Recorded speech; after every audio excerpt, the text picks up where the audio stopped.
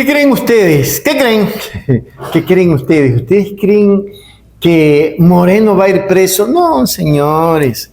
Eso fue un show para que la señora Madame, madre del facho que sabemos, vaya y presente leyes que van a favorecer precisamente a sus amigos. Se van a perdonar deudas, por si no lo sabían, ya están conociendo.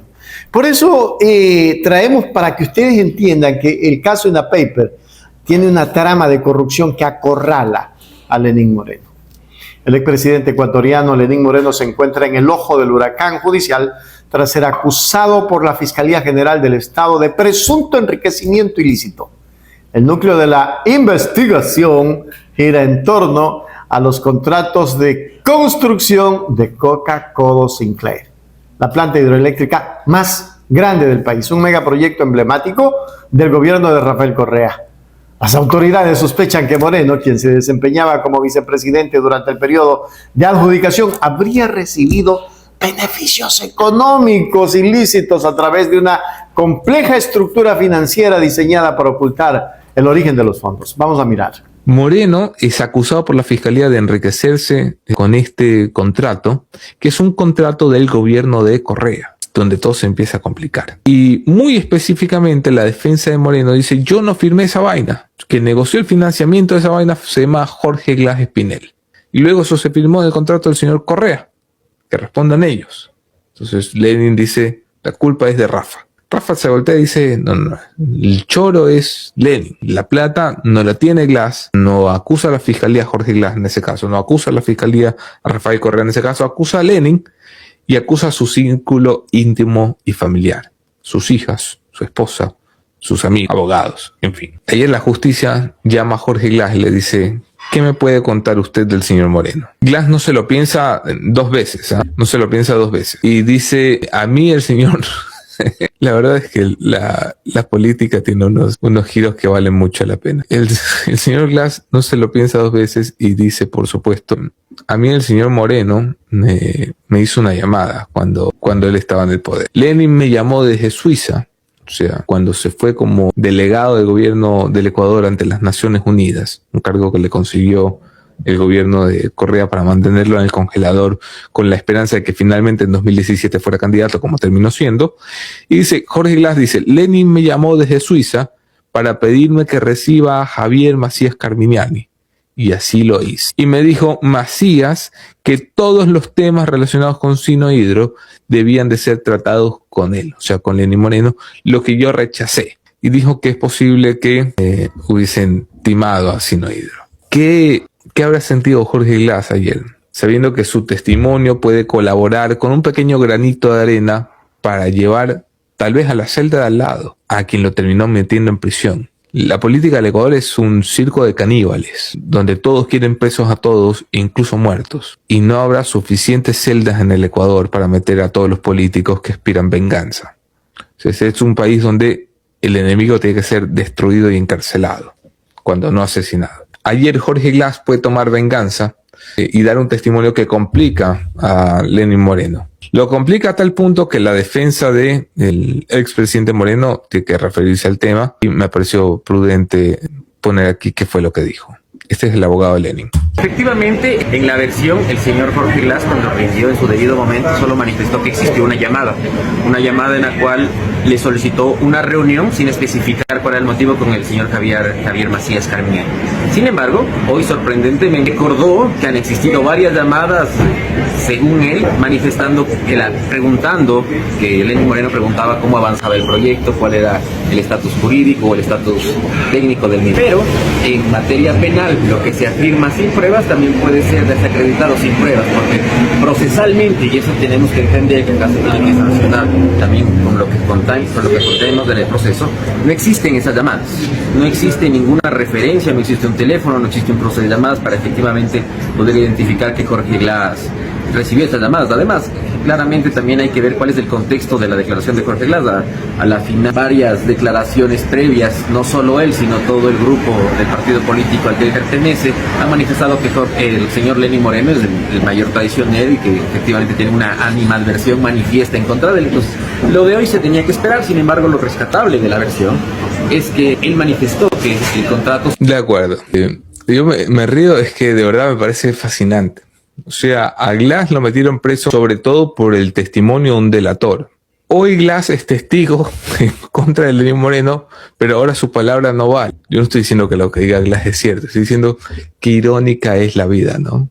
O sea, qué irónica es la vida. Por eso a los políticos les gusta siempre estar en el poder, nunca les gusta estar en la oposición o fuera del poder. Muy buenos días. Buenos días. ¿Cómo está usted? Bien. ¿Un beso? ¿Qué desea? ¿Participar en el programa? Sí. ¿Sí? Bueno, ya. Salude a todos. Hola. ¿Desea buenos días? Buenos días. De acuerdo. Te amo. Vaya. Bien, disculpen por la ligera interrupción. Aquí en esta casa todos ven una cámara y se acercan, incluyendo Hachi. A ver, ¿puede Moreno ir preso? Sí. Pues la gente cree de verdad que esto está resuelto y hay una gran posibilidad que Moreno salga libre de esta. Seguramente por eso vino. Pero las posibilidades en un juicio son eso, posibilidades. Nadie le puede garantizar a Moreno que al final del día la sentencia va a salir como tenga que salir. Moreno corre riesgos, se está jugando ir a la prisión. No voy a leer los chistes de la caja de comentarios por respeto a Lenin. No tiene que ser una situación fácil. Yo valoro a la gente que da la cara ante la justicia, ¿eh? O sea, siempre. Lucio Gutiérrez tiene mérito y me parece que Moreno, sea cual sea el resultado, tiene el mérito de haber venido, haber dicho yo creo que esto es un juicio injusto, pero vengo y me presento. Podía haberse quedado cómodo y tranquilamente, como se suelen quedar los políticos, en condición de fugitivo, diciendo yo no soy responsable y esto es una persecución. Hay gente que no le gusta que haga estos comentarios. Bien, ¿de dónde viene Sinohidro? Vamos a revisar el caso Sinohidro, porque el caso Sinohidro es un viejo amigo de este espacio y del programa que he venido haciendo durante ya suficientes años. El caso Sinohidro empieza con Coca-Cola Sinclair. ¿Qué es Coca-Cola Sinclair? Dejen de hacer chistes sobre Lenín Moreno, por amor de Dios. No voy a leerlo. El cachorro me acaba de hacer un chiste interno diciendo cómo que corre riesgo Lenin. Bien, ¿qué es Coca-Cola Sinclair? Coca-Cola Sinclair es la central hidroeléctrica más grande del Ecuador y fue el proyecto de infraestructura más ambicioso del correísmo. Está localizada entre Napo y Sucumbíos y fue concebida como la pieza clave para lo que llamaban la transformación de la matriz energética del país. Hoy, de hecho, Coca-Cola Sinclair es la obra que mantiene a Ecuador lejos de los apagones. A pesar de todas sus 8.000 fisuras, de todos los problemas que hubo para entregar esa obra casi 10 años después, nadie quería recibirla, nadie quería entregarla. Es la boya que salva al Ecuador del desastre energético. El proyecto fue declarado de alta prioridad nacional mediante el Consejo Nacional de Electricidad en 2008 y su costo original se estimó en $1.979 millones, con la condición de que el 85% lo asumiría el contratista y el 15% correría por cargo del Estado ecuatoriano. Dos empresas se presentaron para este contrato, Shouba y la corporación Sinohidro. Ambas empresas estatales chinas. Sinohidro ganó el contrato y lo firmó bajo la modalidad de EPC, que es conocida como llave en mano. O sea, tú tienes que entregar la obra con todo listo para que la prendas y funcione. La empresa se encarga de diseñar, de comprar, de construir, de poner en marcha, de entregarte un proyecto que funciona. La obra comenzó en 2010 y terminó en 2016. Pero claro, hubo graves problemas. La Contraloría General del Estado detectó, por ejemplo, 7.648 fisuras en la estructura, algunas de hasta 38 centímetros, más grande que tu regla. Y encontró que Sinohidro había usado materiales no homologados o de mala calidad. Y esas fallas bloquearon la recepción de la obra de forma definitiva. Solo en abril del 2026, en mitad del juicio, es decir, este año, 10 años más tarde de que la obra fuera entregada, el gobierno de Noboa llegó a un acuerdo arbitral internacional con Sinohidro para recibir la obra. Y Ecuador desistió de demandar por $580 millones a cambio de un pago de $200 millones repartido en cuotas. Esta fue una decisión también muy polémica. ¿Cómo nace la historia de forma pública? Nace con Fernando Villavicencio. Lo vi a Cristian Zurita ante unas entrevistas, porque Zurita también fue parte de esa publicación. Eso se llamó, ¿cómo se llamó esta investigación? Según INA, el laberinto offshore presidencial. Me parece que así se llamó, el laberinto offshore presidencial. Y fue un reportaje que hizo Fernando Villavicencio y donde puso su firma también Cristian Zurita, que contaba a finales del 2018, lo recuerdo perfectamente bien porque al día siguiente estuvo Fernando conmigo en una entrevista, una larga entrevista, donde contaba que el círculo de Lenín Moreno se había beneficiado del contrato de Coca-Cola Sinclair a través de una empresa llamada INA Investment Corporation, constituida en Belice. El nombre INA, según la investigación, era un acrónimo de las últimas letras de los nombres de las hijas del entonces presidente Lenín Moreno. Acuérdate que es 2018, Lenin está en el poder y empieza la etapa dura del gobierno de Lenin con María Paula y Roldán y los Ruptura. Resulta que las hijas de Lenin son Irina, Cristina y Karina, todas terminadas en INA, por eso la compañía, según la investigación de Villavicencio, se llamaba INA. La empresa fue constituida en 2012 por el hermano de Lenín Moreno, por Edwin Moreno. Cuando Lenin era vicepresidente, su hermano constituyó en Belice una compañía. Y la investigación de Villavicencio apuntaba que los pagos que había recibido INA Investment provenían de comisiones de los contratos con empresas chinas como Sinohydro. Poco después, en 2019, se publicó un sitio anónimo llamado inapapers.org. Este es un sitio anónimo que siempre se le atribuyó a José Serrano. Para 2019, José Serrano ya no era presidente de la Asamblea Nacional, había sido destituido.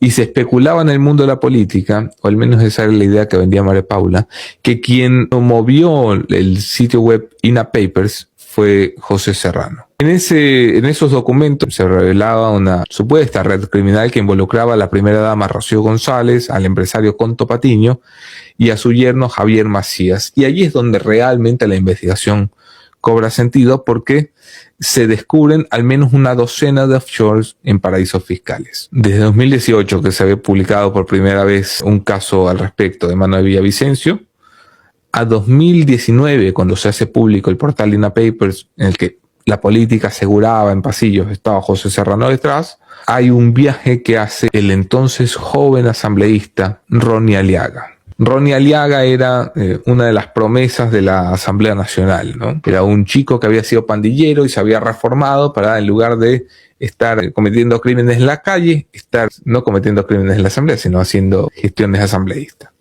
Luego su nombre se vería enturbiado y terminaría en condición de prófugo cuando estallara el caso Metástasis. Pero para eso faltaría mucho tiempo. Por marzo de 2019, Ronnie Aliaga hace un viaje hasta España y consigue en España lo que considera son pruebas documentales de la relación de Lenín Moreno, presidente de la República, con la empresa INA, incluyendo propiedades y cuentas. Esa información, estos son detalles que la historia deja un poco oculta, ¿no?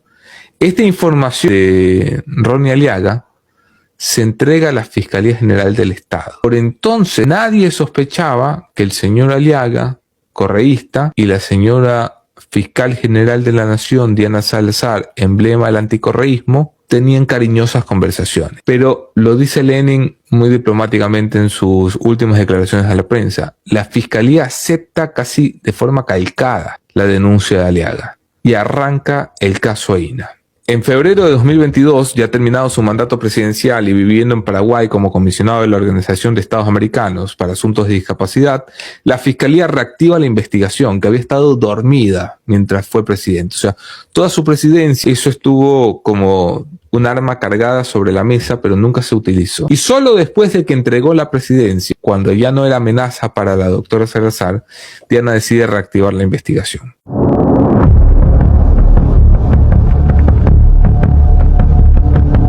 En conclusión, el caso contra Lenín Moreno expone una vez más la intrincada y a menudo caníbal naturaleza de la política ecuatoriana. Cierto que es canibalesco, ¿verdad? Donde las lealtades del pasado se transforman rápidamente en disputas judiciales cuando se pierde el control del Estado. Más allá del evidente cobro de facturas políticas entre antiguas facciones aliadas, el proceso pone a prueba la independencia de las instituciones de control. La resolución de este caso determinará si el país avanza hacia una verdadera justicia institucional, capaz de sancionar la corrupción de las más altas esferas sin importar los gobiernos de turno, o si se consolidará como un capítulo más de la prolongada judicialización de la política en el Ecuador. Ahí te quiero ver. Se las dejo. Hágase miembro plata, miembro oro, suscríbase a Hechos Ecuador Noticias. Hechos Ecuador, suscríbete ya. Hechos Ecuador, suscríbete ya. Hechos Ecuador, la verdad está ahí. No te pierdas nada, cada día algo nuevo. Conéctate al canal y mantente informado. Siempre estamos aquí para darte lo mejor. Hechos Ecuador, claro, la verdad sin temor. Hechos Ecuador.